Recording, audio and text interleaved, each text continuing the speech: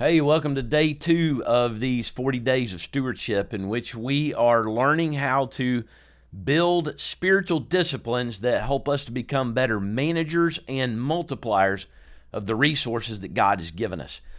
So the other day, it was a Sunday afternoon. One of our friends texted my wife Shannon, and she said, "Hey, I can't believe that Brian used a bad word in the pulpit today." And obviously, Shannon was kind of like, "What did he say?" 'Cause, she's back there running video and doing different things in the media booth. So, she's rolling through her mind. She's thinking, I heard a lot of what he said, but I didn't pay attention to all of it because I was kind of busy doing other things. So she looks at me and she goes, "Brian, what did you say?" And when I heard the text, man, my heart sank. I just got that feeling in my stomach. I was like, "Oh my goodness, did I slip up?" I mean, I try to keep vulgarity out of the pulpit, right? That is a really good Sunday goal, not to say a cuss word from the pulpit. So I think I've got a pretty good track record of that. So I'm sitting there and I'm thinking, I don't know, maybe I twisted up some words. I can't. But anyway, so then Shannon asked her friend, she said, "What did he say?" And so she texted back this word, and look, it's a B word, all right? But here's what the word was. It was the word. No, wait a minute. Let me say that again, all right? So the word was. Okay, let's not bleep it out anymore, because this is not a bad word. All right, this is a good word, and the word is budget. All right, so a budget is a plan. It's making a decision for every dollar, and a budget is important for stewardship, because remember, you are a manager multiplier of the resources that God has given you. And that's going to take some organization, some planning, some decisions about our future and our finances, and maybe some things that are coming along the way. So guess what? In this idea of stewardship, budgeting pleases God. It's not just the budgeting of our money, but really the mentality of budgeting in everything in our life. And Jesus gives us an example of how a budgeting mentality even becomes a discipleship decision in Luke chapter 14, verses 27 through 33. Let me read these to you. "Whoever does not bear his own cross and come after me cannot be my disciple. For which of you, desiring to build a tower, does not first sit down and count the cost, whether he has enough to complete it? Otherwise, when he's laid a foundation, not able to finish, all who see it begin to mock him, saying, 'This man began to build and was not able to finish.' Or what king, going out to encounter another king in war, will not sit down first and deliberate whether he is able with 10,000 to meet him who comes against him with 20,000? And if not, while the others are a great way off, he sends a delegation and asks for terms of peace. So therefore, any of you who does not renounce all that he has cannot be my disciple."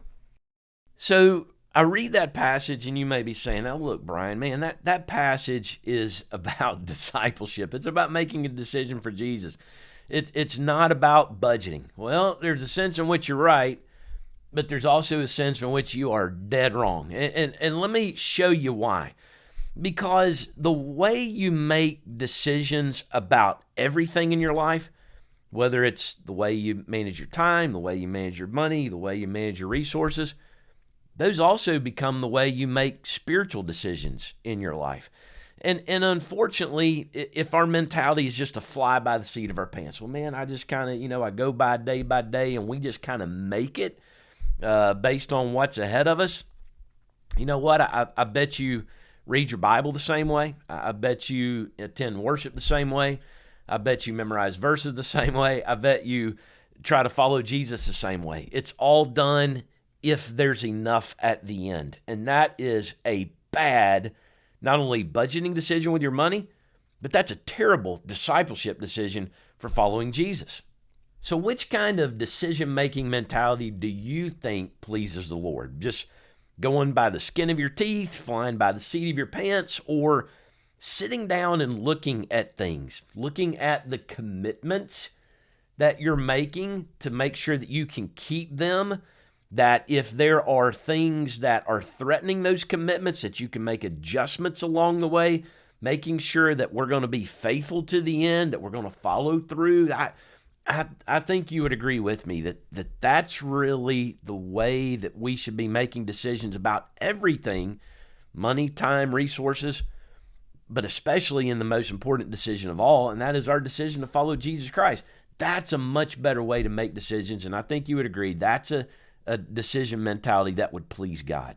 And understand this story that I read to you today, that Jesus used an example about a discipleship mentality, is really about surrender. It's about someone who looks at the army that they have and looks at what's coming against them and goes, I can't beat this guy.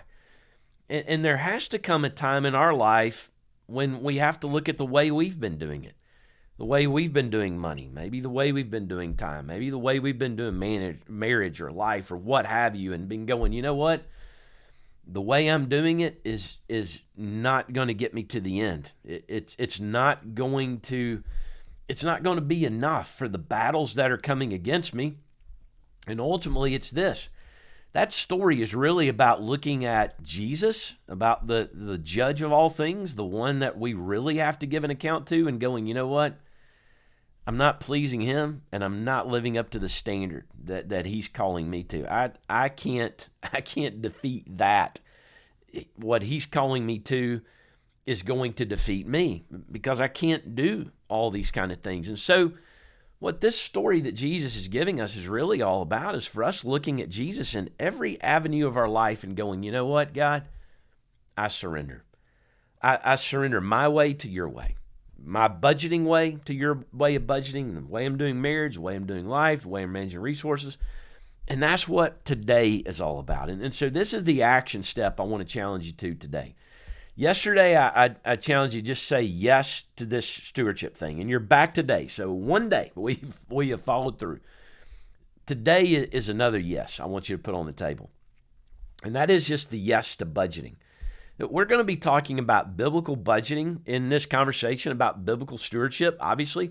How do we take our resources and our income and our expenses, look at them and make a plan that's going to help us to deal with the things that come at us along the way, but ultimately to make a plan that help us to please the Lord in the way that we are managing our finances in our life. Tomorrow, I'll give you the first tip that'll kind of help you to build that budget. But again, today, just say yes. All right, I surrender. I want to please the Lord. The way I've been doing it's not working. So yes, I will be back tomorrow, and we'll take that next step along the way. So hey, thanks for watching and being a part of this. And again, that yes on the table. Let's get to tomorrow. And I'll show you the next thing you need to do. Let's start working on our budget.